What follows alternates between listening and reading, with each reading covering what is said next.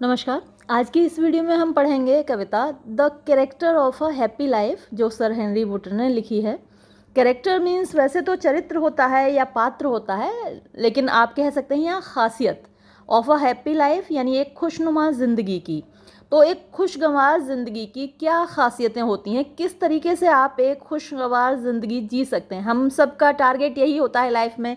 हम चाहे पढ़ाई लिखाई करते हैं या कोई भी काम करते हैं, तो लक्ष्य हमारा जो होता है, एम हमारा जो होता है, वो खुश रहना होता है, ज़िंदगी में खुशी हासिल करना होता है। लेकिन सब कुछ हासिल करने के बाद भी हमें खुशी हासिल नहीं होती। तो यहाँ पर पोइट ने आपको बताया है कि आप खुशी कैसे हासिल कर सकते हैं, कैसे आप एक खुशगवार ज़िंदगी जी सकते हैं। तो चलिए शुरू करते हैं इस पोइम को। How happy is he born or taught that serveth not another's will, whose armor is his honest thought and simple truth his highest skill। तो यहाँ पोइट का क्या कहने का मतलब है, हाउ हैप्पी कितना खुश, इज ही वो है, बॉर्न जो पैदा हुआ है, और टॉट या टीच माने पढ़ाना होता है, टॉट उसकी सेकंड और थर्ड फॉर्म है, और उसको पढ़ाया गया है, सिखाया गया है, उसका पालन पोषण किया गया है। दैट सर्विथ नॉट, दैट जो के सर्विथ माने सेवा करता है, नॉट नहीं, जो सेवा नहीं करता, एन अदर्स किसी दूसरे की, विल माने इच्छा का। तो जिसकी जो अपनी ज़िंदगी में पैदा हुआ है, पला बढ़ा है और इस तरीके से उसकी परवरिश हुई है जो किसी दूसरे की इच्छा की सेवा नहीं करता है, ये किसी दूसरे के अनुसार नहीं चलता है, जो उसका विवेक कहता है, जो उसका डिस्क्रिशन कहता है, उसके अनुसार वो चलता है, किसी दूसरे की इच्छा पर वो डिपेंड नहीं करता। होज आर्मर, होज जिसका, आर्मर माने कवच होता है या हथियार भी आप कह सकते हैं, लेकिन सबसे जो ज़्यादा इसका मीनिंग है वो आर्मर का कवच होता है। कवच का क्या काम होता है, आपकी सुरक्षा करना। तो होज आर्मर जिसका सुरक्षा कवच, इज है, हिज उसका, ऑनेस्ट माने ईमानदारी से भरा हुआ, थॉट माने ख्याल, तो उसके जो विचार हैं, उसकी जो आइडियोलॉजी है वो ईमानदारी से भरी हुई है। हो simple truth and simple truth, और सिंपल माने साधारण, ट्रुथ माने सत्य। तो सत्य को किसी बनावट की ज़रूरत होती नहीं है, वो तो सिंपल होता है, उसको किसी दिखावे की ज़रूरत नहीं होती। झूठ को दिखावे की ज़रूरत होती है, तो वो क्या है, सिंप्लिसिटी से रहता है, सच्चाई के मार्ग पर चलता है। हिज हाईएस्ट स्किल, तो उसकी हाईएस्ट माने सबसे अच्छी, स्किल माने चतुराई। जो झूठ होता है वो दिखाना चाहता है कि उसके अंदर ये स्किल है, ये कला है ना, तो उसको दिखावे की ज़रूरत होती है। लेकिन यहाँ ये जो बंदा है वो सच्चाई के रास्ते पर चलता है, सिंप्लिसिटी के रास्ते पर चलता है, तो यही उसकी सबसे बड़ी स्किल होती है। ठीक है, क्लियर हो गया होगा। नेक्स्ट स्टेंजा इसका देखते हैं। Whose passions not his masters are, whose जिसकी के, पैशंस माने भावनाएं होती हैं, नॉट नहीं है, हिज मास्टर्स उसकी मालिक, आर बाद में लगाया है, तो ये इन्वर्जन कहलाता है। ये एक लिटरेरी डिवाइस है, प्रोज में आपको इस तरीके का सेंटेंस नहीं मिलेगा, पोइट्री में ही मिलते हैं। अगर ये प्रोज का सेंटेंस होता, whose passions are not his masters, ऐसे होता ये, लेकिन आर यहाँ बाद में आया तो इसको इन्वर्जन कहा जाता है।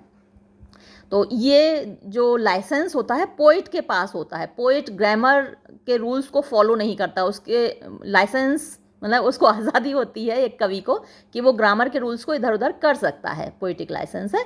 तो हुज पैशंस जिनकी जो भावनाएं हैं उनकी मास्टर नहीं होती। हम सब क्या है, अपनी भावनाओं से रूल्ड होते हैं, हमारी भावनाएं हमारी मालिक होती हैं। हमें गुस्सा आ रहा है तो गुस्से पर हमारा काबू नहीं होता, बल्कि गुस्सा हमारे ऊपर काबू कर लेता है।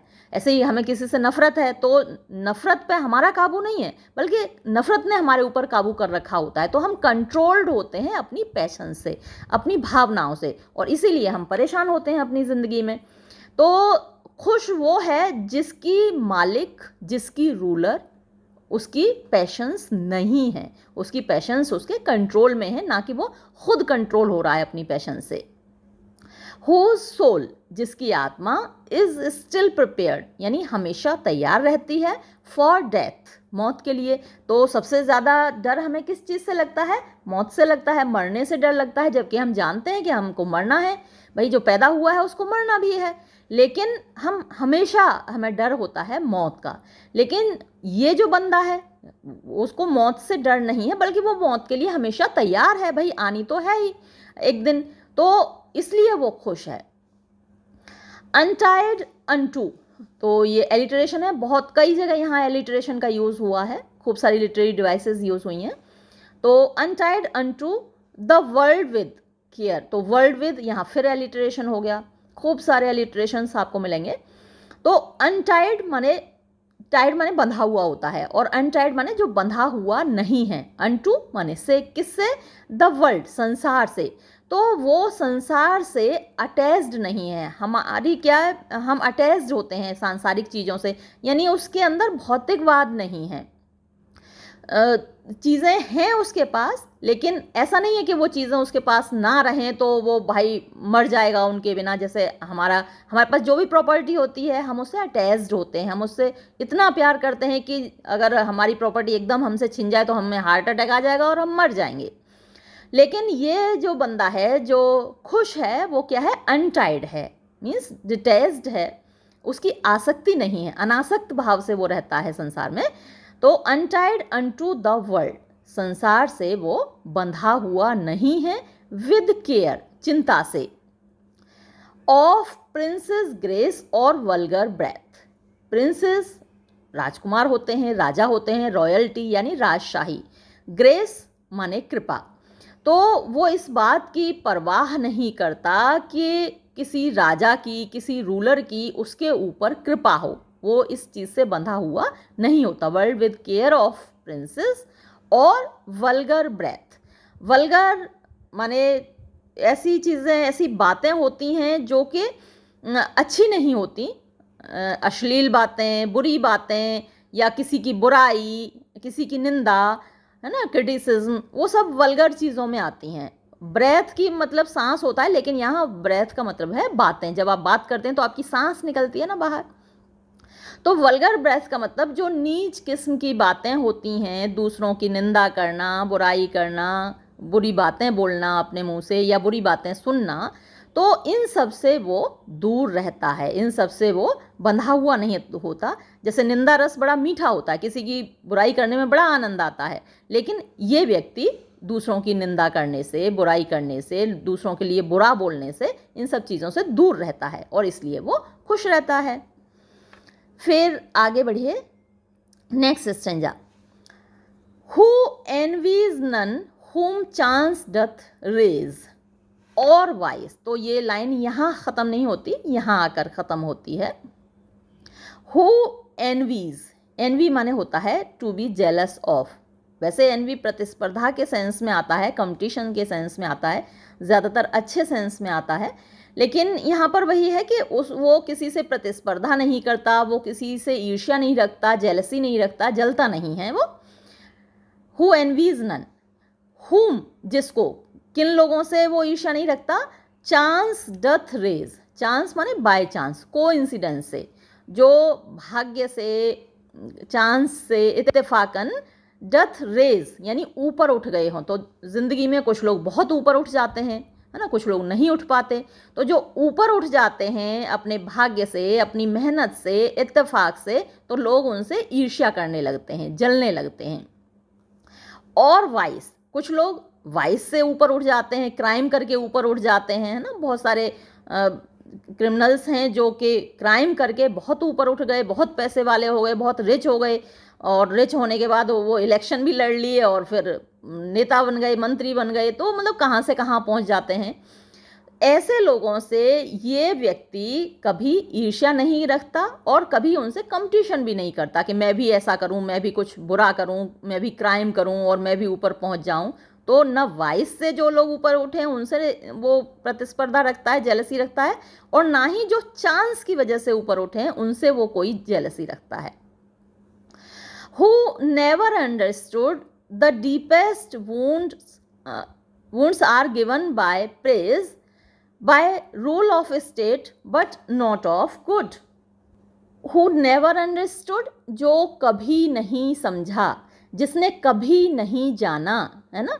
द डीपेस्ट वुंड्स, सबसे गहरे घाव, आर गिवन, दिए जाते हैं, बाय प्रेज, तारीफ करके।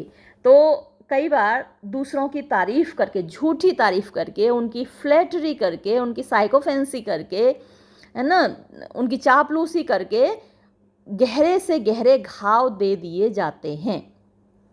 By rule of state, rule माने शासन, ऑफ स्टेट यानी राज्य का, सरकार का, यानी सरकार के शासन के द्वारा, बट नॉट ऑफ गुड, लेकिन अच्छाई के द्वारा नहीं।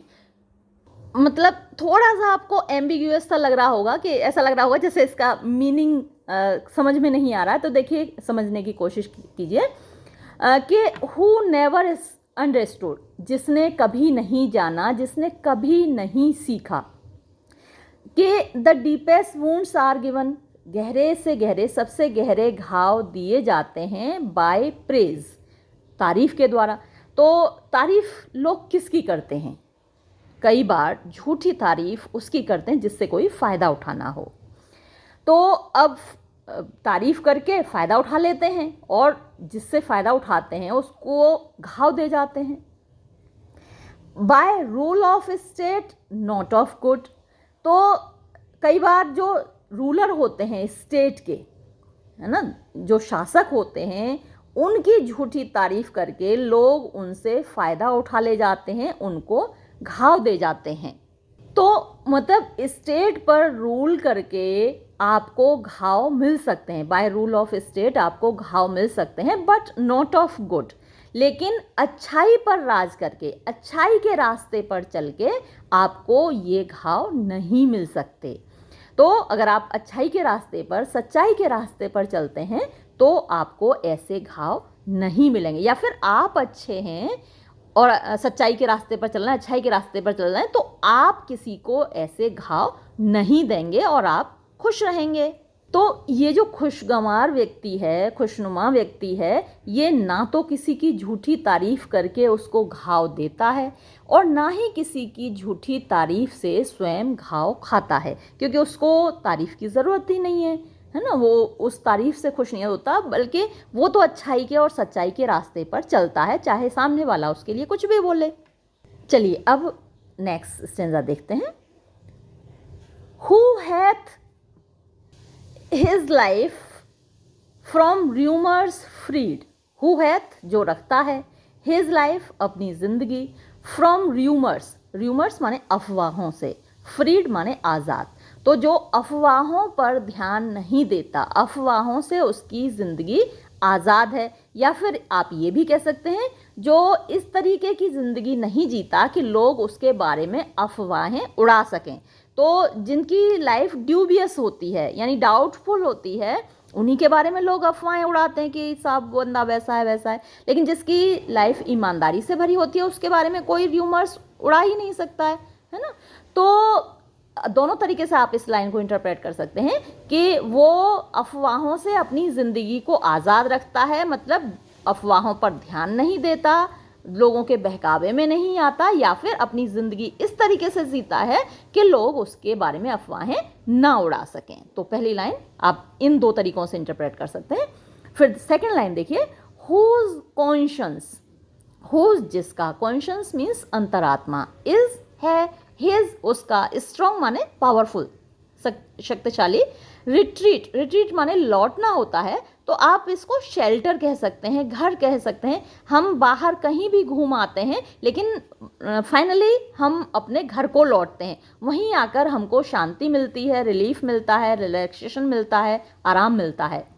तो ये जो बंदा है उसका स्ट्रॉन्ग रिट्रीट यानी उसका जो पावरफुल शेल्टर है, शरणगाह है, वो क्या है, उसका कॉन्शियंस है, उसकी अंतरात्मा है, वो इतनी स्ट्रॉन्ग है। स्ट्रॉन्ग रिट्रीट बोला है, पावरफुल बोला है। तो ज़मीर जो होता है, अंतरात्मा जो होती है, वो ईमानदार लोगों के पास होती है, मेहनतकश लोगों के पास होती है, सिंसियर लोगों के पास होती है, निष्ठावान लॉयल लोगों के पास होती है। और जो धोखेबाज होते हैं, बेईमान होते हैं, जो हर चीज़ हासिल करना चाहते हैं लेकिन बेईमानी से, बिना मेहनत के, तो उनके पास ज़मीर नहीं होता, कॉन्शियस नहीं होता, है ना। वो अच्छे पद पर भी पहुंच जाएंगे तो वहाँ करप्शन ही करेंगे, भ्रष्टाचार ही करेंगे। तो अब उनके पास ज़मीर होता नहीं है, इसलिए वो कितने भी ऊंचे पद पर पहुंच जाते हैं, कितना भी पैसा कमा लेते हैं, लेकिन कभी खुश नहीं रहते, सुखी नहीं रहते, क्योंकि उनका ज़मीर नहीं होता, कॉन्शियस नहीं होता, अंतरात्मा नहीं होती उनकी, होती है लेकिन स्ट्रॉन्ग नहीं होती, है ना, ताकतवर नहीं होती, कमज़ोर होती है। तो अब ये जो बंदा है, whose conscience is his strong retreat, उसकी अंतरात्मा उसका पावरफुल शेल्टर होती है। Whose state can neither flatterers feed nor ruins make accusers great. Whose state, state माने कंडीशन होती है, तो उसकी जो कंडीशंस है, उसकी जो सर्कमस्टांसेस हैं, लाइफ की परिस्थितियां हैं, उसकी जो स्थिति है, कैन नाइदर फ्लैटरर्स फीड। अब यहाँ फिर से देखिए कितना सुंदर एलिट्रेशन है, नाइदर ना तो, फ्लैटरर्स चापलूसों को, फीड माने भोजन देना होता है। तो उसकी स्टेट से, उसकी कंडीशन से, उसकी स्थिति से कोई भी चापलूस फ़ायदा नहीं उठा सकता। अभी ऊपर भी मैंने ये बात बोली थी आपको कि कोई भी तारीफ़, ना तो वो खुद किसी की झूठी तारीफ़ करता है, ना किसी से अपनी झूठी तारीफ़ करवाता है, और वो समझ जाता है कि भाई सामने वाला ये जो तारीफ़ कर रहा है, मैं इस तारीफ़ के लायक तो हूँ नहीं, आखिर ये चाहता क्या है। तो किसी भी फ्लैटरर को फीड नहीं करने देता, फ़ायदा नहीं उठाने देता। नॉर रुइंस, और ना ही उसकी रुइन, यानी जब वो अच्छी स्टेट में होता है, जब फ्लैटरर्स आपके आसपास कब घूमते हैं, जब आप अच्छी स्टेट में होते हैं, अच्छी कंडीशन में होते हैं, अच्छी पोजीशन पर होते हैं। और दूसरी तरफ जब आप रुइंड होते हैं, जब आप बर्बाद होते हैं, आपके दिन खराब होते हैं, तब मेक एक्यूजर्स ग्रेट, तो लोग आपके एक्यूज़र बन जाते हैं। तो फ्लैटरर्स के अपोजिट हो गए एक्यूज़र्स, दोष लगाना, बुराई करना। तो ये क्या है, एक अपोजिट्स हो गए, एक दूसरे के एंटोनिम्स हो गए फ्लैटरर्स और एक्यूजर्स। तो ये अपोजिंग बाइनरी कहलाती है, ये लिटरेरी डिवाइस है जो इस पोइट ने यूज़ की है यहाँ पर। तो अपोजिंग बाइनरी यानी दो पैरेलल चीज़ें यूज़ की हैं जो एक दूसरे के अपोजिट हैं। तो ना तो उसके अच्छे दिनों में जो चापलूस हैं वो उसका फ़ायदा उठा पाते हैं, और ना ही उसके बुरे दिनों में जो एक्यूज़र्स हैं वो ग्रेट बन पाते हैं। तो लोग जो जिसके दिन खराब चल रहे हैं उसकी बुराई कर करके अपने आप को महान घोषित कर देते हैं, अपने आप को बहुत अच्छा घोषित कर देते हैं। तो ऐसा भी नहीं कर पाते उसके एक्यूज़र्स, उसके ऊपर दोष लगाने वाले। फिर देखिए next stanza, who God doth late and early pray.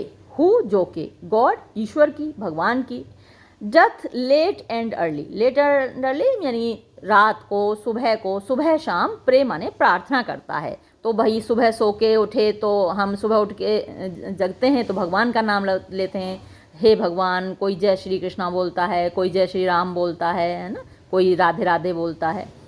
तो सुबह उठ के वो भगवान का नाम लेता है, रात को वो सोने से पहले भगवान का नाम लेता है। तो जब भी वक्त होता है वो ईश्वर को याद करता है, उनकी प्रार्थना करता है। और प्रार्थना वो किसके लिए करता है, more of his grace than goods to send.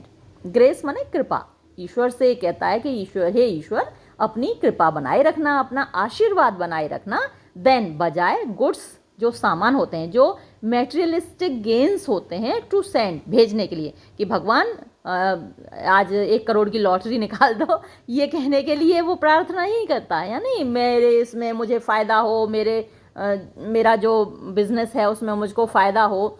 तो इस सब के लिए प्रार्थना नहीं करता, बल्कि वो ईश्वर का आशीर्वाद बनाए रखने के लिए प्रार्थना करता है, धन्यवाद देता है, जो भी ईश्वर ने दिया है उसके लिए धन्यवाद देता है, ना कि उससे मांगता है। And entertains the harmless day, and entertains और अपना मनोरंजन करता है, द हार्मलेस माने बिना किसी को नुकसान पहुंचाए, डे अपने दिन का, तो अपने दिन को वो बिताता है बिना किसी को नुकसान पहुंचाए। और अपना मनोरंजन किस चीज़ से करता है, with a well chosen book और फ्रेंड।